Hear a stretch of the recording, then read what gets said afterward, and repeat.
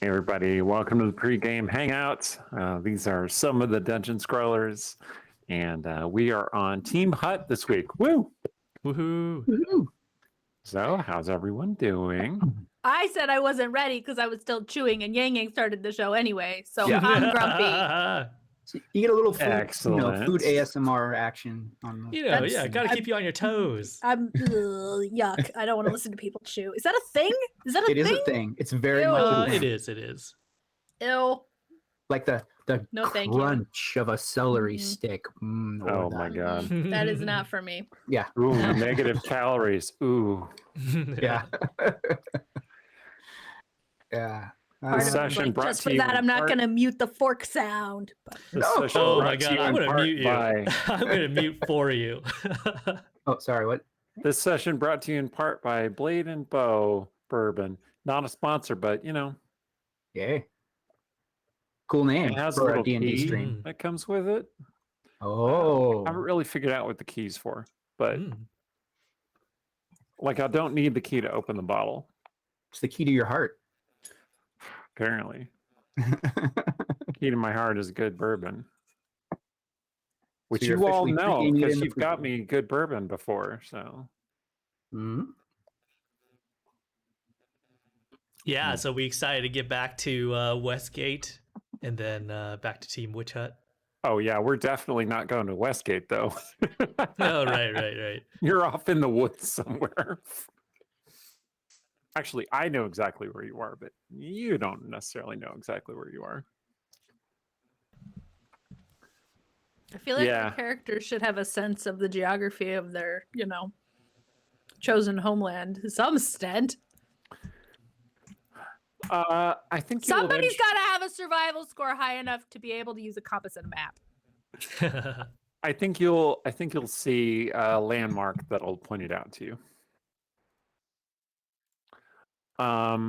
Yes. Also, with our newly approved schedule that Steven requested and then everyone voted for except for Steven, we are doing 2 sessions of Team Hut in a row. So this week and next week, both Team Hut. So it's Team Hut. Yeah, that's right. Yep. Seldarine did a little recap for us in the chat about last episode. She Oh, says sweet. Rogar was thrown out a window. Yeah. That's well. Cecilia put on a headband and discovered artificing abilities. That's, I think, the important thing. And we encountered Skafach, her mother, Skaha, yeah. Skaha, as the wellspring. And we got creepy heads, dead heads in the hut to talk. So there you go. Right? I thought about the ramifications of that, and I would like to take that back. It's too late now. Just throw the heads out. That is a studio apartment. Now there are 4 heads in her bedroom, and that is not a thing. That is not a thing that she would be okay with. Well, your bed is only in line of sight of 2 of the heads. That's not improved. You're just hanging Zero blankets is the over them all number the of time. heads. It would be pretty funny if you just went and hung a blanket over each of the heads. Lathaka can give No, you some 'cause- good deal on some blankets. I feel like the moment one of them opens its mouth, it's all done. They Oh, go, yeah. Ruined the mood. No. Fair. Have I downloaded yesterday? I think it was the day we. Yeah, is it only yesterday? Time seems to fly. We could download now the gold boxes for D&D on Steam and the enhanced gold box edition. So I started Azure Bonds, got about 3 characters rolled. I forgot how long it takes to like generate your characters when you're re-rolling. I mean, if you're trying to get those optimal stat blocks. Mm-hmm. Yeah, sometimes really- it can take a real long time. And And you the know really- that your characters are going to die like within 30 minutes, and then you're going to have to restart, right? Yeah. And I remember at the time, like thinking back now, like how amazing it was that you could choose the color of your like little icons, clothes and stuff like that. It's like, wow, you can customize your little character icon. Like you can choose their shirt color and their pants color and their hair color. But it's such a pain to do it in this interface. It's like, oh yeah. Now I'm like, oh man. We used to spend hours doing just that, and we were highly entertained.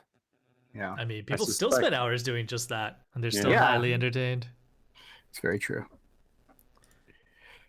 I Have you ever suspect played, that like- I won't be quite as highly entertained these days. But we'll see. If you ever played like Dark Souls or any of the Demon Souls, Elden Rings, like their character creators get real deep. They got sliders for everything. Monster Hunter, like all of them. You could change like the size and shape of your eyebrows, your nose, your chin, your cheeks, Yeah. like whatever. Mm. Give yourself like Right. little tattoos, make them metallic looking. It's just Right. bonkers the amount of options that you have. I kind of miss like the old character creators of yore, where I would like look at the little pixelated screen and try to pick out like, oh, which of these skin tones exactly is like the Asian guy? I don't know. This one's the closest, I guess. So this is me. Mm.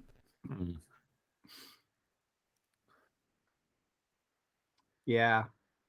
Sometimes there have been interesting psychological studies on choice, by the way. This is like a slight tangent, but these are the kinds of things that fascinate me, that basically choice is bad after a certain point.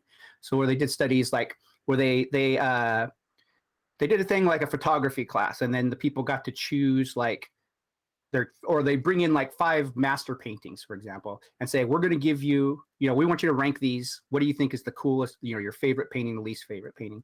And they say, and then we'll let you, afterwards, they say, well, you can choose one of your 2 middle choices. You can't choose the best, you can't choose the worst, but you could choose one of the 2 middle choices that you made. And then they choose it, then they go away, and then they had 2 control groups, ones who could change their mind and come back after 3 days and change their mind, and one who were basically stuck with the one that they chose. And the ones who were stuck with the ones that they chose, when they came back and they rated them later, all 5 of them, they were much happier. Like everything moved. Like the one that they chose jumped up in their aesthetic appreciation, and the one that they didn't choose in the middle went down to the bottom. So they like basically, you choose to be happy basically with your choice. You're like, this is the choice I made, and I'm happy with it. But if they had the choice to go back and change it, then they're second guessing. Ooh, did I make the right choice? But what if this other one's better? And like second guessing themselves. And then they're really unhappy because they're constantly questioning their choice. And so the more choice they had in it, the less happy they were. Not to imply that Loki was right, that people crave, but but it's interesting. Like we do to a certain amount choose to be happy. And it's not an artificial happiness. They've also done studies where that kind of happiness is just as real as, some kind of organic happiness. But if you're happy, right? Here's the But, thing that makes me happy. Yes. Deckard, Kane Sender, and Daza just subscribed. Hey, There's thank you. Potential hype train happening. Yes. Nice. If you want to avoid ads and make me happy. Yeah, wow. So Decker's I think- subscribed for 16 months now, going on a 14-month streak, and Daza's subscribed for 18 months on an 8-month streak. Thank you so much. Dang. Related to that, what you're talking about, Randy, I heard this trick and I've done it ever since. When you go to a restaurant, like, Mhm. and you get in that zone where you're like, oh my God, everything looks good. What do I pick? You pick the first thing you look at and go, that looks good.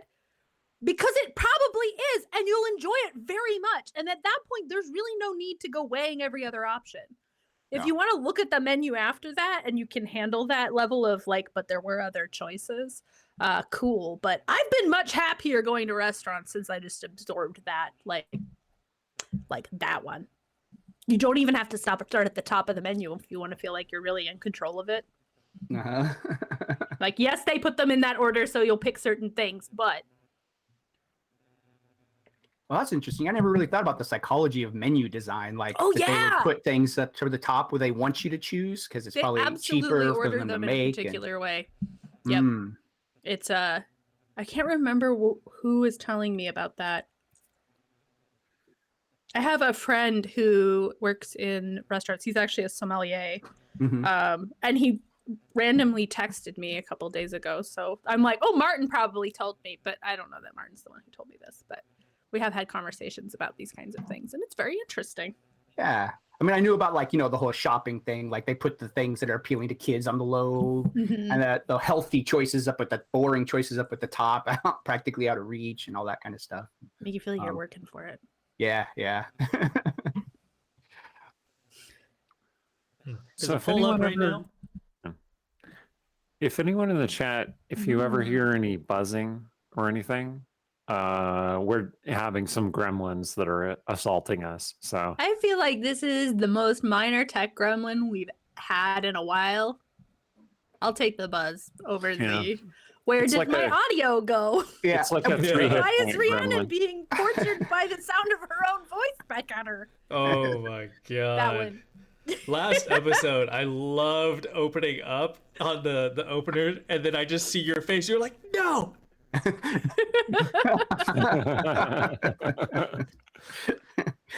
My So brain bad. just went, Cut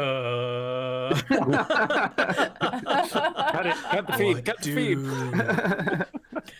There is something about I think I figured out that it doesn't mind, and I might be wrong about this. Google Meets doesn't seem to mind if I put my AirPods back in the case and then take them out and put them on. If I set them down for this, it comes back and goes, Dang, I don't know. Malcolm Greyhawk just get Thank us you a lot of so subs. much. yeah, hey, thank Oh you. dang. Monk of Greyhawk with the 5 gift subs. Thank you so much. We really appreciate it. Hype train. I don't understand. I don't understand this problem because we use Google Meet at work, and I have more than once been in a long meeting and been like, I'm going to go powder my nose, and I put my headphones down and I come back and there's no problem. But for this, it decides, but what if we made you look like you don't know how to use your computer? But it's okay. Yeah, hopefully that's solved now. What if we make you look like a fool in front of hundreds of people? Yeah. Joke's on you. I'm okay with that now. Yeah, you just slowly get used to it. Well, I mean, if it's a buzzing, I mean, we're gonna be in a forest setting, so it'll just kind of fit in. Blame it on This is the bees. bugs. Yeah, bees and Yeah. mosquitoes. So we just ran a poll. The poll question was, do you want more or less options for D&D character creation? 8 people voted for more. 0 people voted for less options. And 3 people felt like the current number of options was just right. So it seems like the majority of people always just want like more and more and more D&D character options. Yeah. I am curious because you always see those statistics that the majority of people, the highest percentage of people choose a human fighter anyway. I want And so I don't many know those options. people. Yeah. So Fighter. I'm always like, who are they? Because I feel like I'm much more. I know way more people who are like, I have an Owlin Circle of Spores Druid. Like, yeah. something I have a cool Tabaxi and new whatever. and wacky. Mhm. Than I know anybody who's like, yeah, human fighter. So what do you think of the pros and original cons? Oh, my goodness. Angston with the 5 gift subs. Thank you so much. Yeah, we got a hype train going. I'm so happy Choo-choo. now. Yeah, this is awesome. You guys are the best. Yeah, what do you think of the pros and cons of that? Like having so many, like if it feels like I could imagine like if you have so many choices that every every person who comes to the table is playing some kind of race and character type that you've never really encountered before and you don't know much about. That opens up to like, oh, that's cool. I get to learn about this. But at the same time, like, I don't know, there's some kind of built-in, like if you live in a city like in Westgate, you'd expect that you have experience with a lot of humans and a lot of elves and half elves and maybe some dwarves and maybe some hobbits. And so that creates a sort of, I don't know, like you would have certain assumptions about them and you have certain feelings and all that kind of stuff. And there are racial tensions built into the society and all of those types of things that can kind of enrich in the game. Enriching, is that a word? But so then if everybody's just some really weird exotic choice, I don't know, maybe it kind of lessens a little bit of that, but I don't know. I feel I'm like just like that- off the top of my head. I'm making up Yeah. problems that don't exist probably, but I'm just I'm trying to imagine what would be the down if anything would be the downside of having too much choice in characters. Is basically what I was trying to figure out. I think if you're a new player, certainly it can feel overwhelming. Yeah. But as Yeah. people tend to, I feel like as a new player though, like my new player experience, I tend to just ignore the vast majority of stuff that's out there. I usually ask an experienced person like, "Oh, what's beginner friendly?" And then they just Yeah. point me at something, and I'll just do that. But I am definitely a person who loves complexity in my games. I love like an overwhelming amount of choices. I love like open-ended gameplay, etc. So for me, like I can never get enough of more stuff. That said, for me, I feel like D&D, I'd love to see more magic items. I feel like we have a good amount of races. They've constantly are releasing new races, constantly releasing new subclasses, and some new feats. But I want way more magic items than we currently have. I feel like there aren't enough to cover like especially all the different weapon types. And certainly we could get some more interesting and unique ones, some more artifacts, and certainly more cursed items. I love cursed items. They always add that little bit of spice to the game. That'll be fun. And also some Warlord. ability to like, what was that? Warlord. Mm. They need to add the Oh, Warlord man. back. I like the Warlord. You know, Mhm. I found a warlord build on the guild, which I really liked. Mhm. I think that Robert Schwab made, and it was pretty awesome. Rob is good at what he does. He really is one of the creators of D&D. There, everybody. I was A gonna say it would be Shadow cool of if the Demon Lord. Mhm, like Oh, love that game too. yeah. mhm. I was thinking it would be cool like if the magic items came with like there's the sort of the static ability that it grants, but then also some way to customize it to personalize the effect. So I mean, like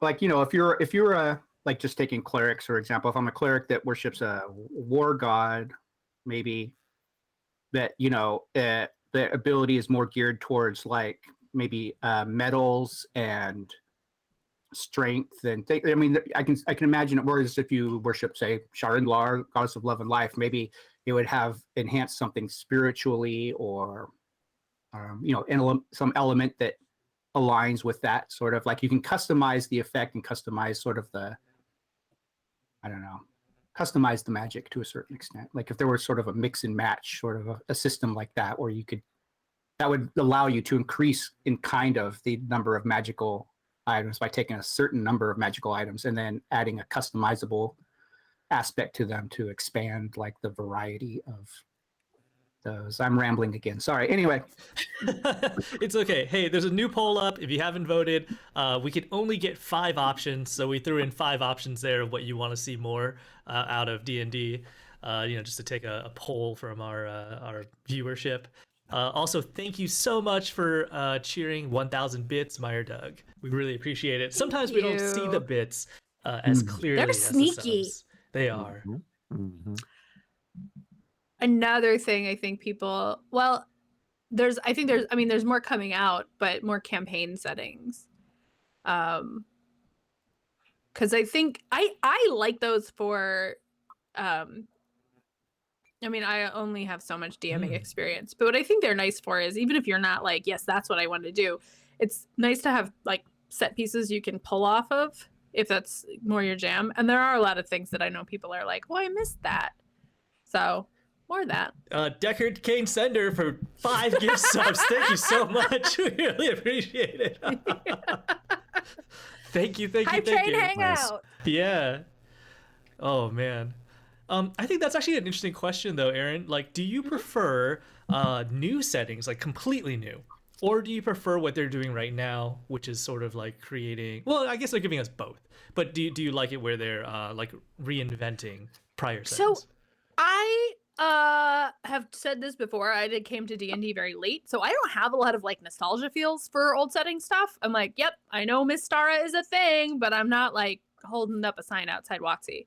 The only one that I'm like The only ones I know really well are Eberron and Forgotten Realms, and a little bit Dragonlance. And so that part I feel less strongly about. I know that there are people who care about those things. I like seeing people's world building, and I like that depth of world building. I like doing that, and I like watching people do that for themselves. But I also think sometimes that's a lot to ask, and so seeing that laid out can kind of give you an idea of like how to frame a homebrew setting. Or, you know, there is a lot of that, like, oh, I love that. I'd love to see something new. I'd love to see what they'd come up with that was really tailored for 5th edition. Eric, do you have an opinion on that? I You really, grunted, so no, I was just that was That's what you good. get for Like grunting. she said, good, interesting things. It's been known to happen I have occasionally. a certain amount of nostalgia for some of the old settings. I really like the kind of new spin on the old settings. I like how Ravenloft turned out. I would be curious to see what happens to Dark Sun and you know, ooh, yeah. like I feel like Dark Sun was always a little bit Mad Max, but it could be Mad Max Fury Road and it would be awesome. That's what I'm thinking, you know? Yeah, definitely have some nostalgia for Dark Sun, definitely Spelljammer, and then Planescape. Played a lot in the Forgotten Realms, but I get to continue playing a lot in the Forgotten Realms, so it's hard for me to build up nostalgia for that. Played a lot in Greyhawk too when I was younger. Greyhawk.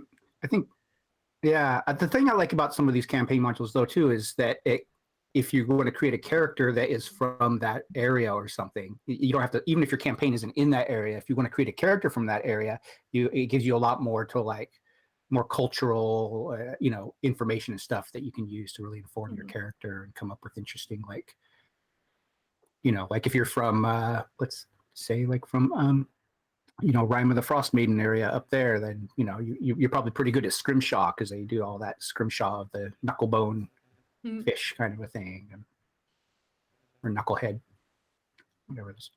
So yeah, I don't know. Carp. Knucklehead carp, yeah. That took a minute. So the poll just closed. So it looks like we've got 8 votes for magic items. That is the top one. Like people want more magic items. Number 2 is spells. People want more magic spells. Number 3 is more classes and subclasses. Number 4 is feats. And finally, nobody voted for more races. So maybe we have enough racial options.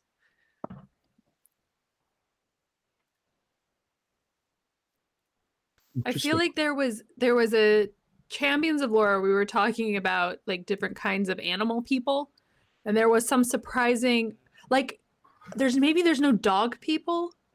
Does that sound right? There was some surprising gap where we were just like, there's 5 kinds of frog people, but no dog. 5 kinds of frog. Oh, you're right. Holy cow. There are, because there's like the bullywugs, and there's the grung, and there's the Cripply, and the Batrachi, I think, are kind of frog people. And there's one more. There's a lot. There's a lot of like slight variations. Yeah, I mean, I was just saying I wanted a porcupine person the other day. Hedgehogs or porcupines. Yeah. Yeah. An Okapi person. Where are the Okapi people? That's right, yeah. The armadillo people, just walking armor. There are a lot of, yeah. This is one thing that I've really enjoyed about Champions of Lore is that, because I only know so much about the older editions and the nonsense they got up to. So they're like, okay, so what you're going to talk about this week was kobolds, for example. And it's like, actually, there's a lot of lore about kobolds. People care a lot about kobold reproductive habits, apparently. Oh, wow. My favorite fact from the kobold thing was like kobolds domesticated dire weasels. Therefore, dire weasel lycanthropy appeared in kobold populations. I'm like, whoa. That therefore is doing a lot of work there. How did that happen? Yeah, right. Interesting. It just like Because like Well, it's not like yeah. people domesticate cows and now we have were-cows. I mean, in D&D, not in the real world, or in the real world. Just Or to be clear. do we? Or do we? That's my new character, a were-cow. No, you know the character. Actually, I shouldn't say the character. I'd love to play because at some point might happen. I would love to keep the surprise. Excellent. Yeah, I mean that's an excellent It's not teaser a for us maybe were-cow. to end on, because right now it is 6:25. We Make do a have to roll poll. the What's recap. it? No, I'm kidding. To guess what it is. I mean, if you want to throw some Spike options out Murphy there. Rose is like, I mean, Minotaurs. Minotaurs have one form. They don't change. Gotcha. But that was also pointed out during Champions of Lore that that's kind of a half cow person. Yeah. All right. So we'll see you after the recap and a quick ad break. See you in a bit. Go. There's a lot of things I don't trust, really. Walking houses, weird repressed memory dreams, dead parents showing up in weird repressed memory dreams, and look, we've got all of that going on here, and I don't like any of it. First, Cecilia has these weird dreams about her father pushing a crystal into her head as a child, which, weird. But then, she notices the crystal is the same kind as in the band that her father left her, and when she puts it on, it unlocks this whole slew of memories and skills that she forgot, or, well, more likely had taken out of her head, which isn't great either. So I guess she might be an artificer, but then her house got up and started walking on its own, which, yes, I know it can walk. We've already covered this, but it's doing it of its own accord. And it took them deep into the forest to a place where they wound up running into Skaha, of all people, though looking a bit worse for wear. It was decided then, I guess, that Skaha would come with them for some reason or another to find some kind of wellspring of power that they were looking for. Cecilia had some stipulations, and I don't blame her. She doesn't trust her mother, and I wouldn't either.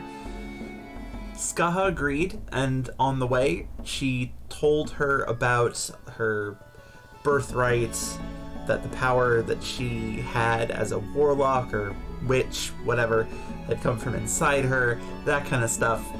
But then things got a little weird. Rogar tried to throw his non-detection amulet out a window, which was suspicious, and tried to brush it off as him attempting to make the hut non-detectable, but the hut's already non-detectable. And then he went off upstairs. And when Sarshan went to talk to him about whatever is going on with him, whatever secret he's hiding, because he could tell he's hiding some kind of secret, Sarshan does have a lot of experience in that area. He started rambling about, secrets and not being able to talk about secrets, and specifically the secret, not wanting him to talk about the secret. And I'm pretty sure it tripped off some alarm bells for good old Sarshan, who had been through that kind of thing very, very recently. Well, Sarshan starts to growl, and the next thing you know, our good old dwarf cleric buddy is getting tossed out a window. Dwarf fenestrated, if you will. Thank you for coining that one. You know who you are. But, yeah, I guess that's where we leave it. We'll have to see next time where that picks up, but for now, back to Rashomon.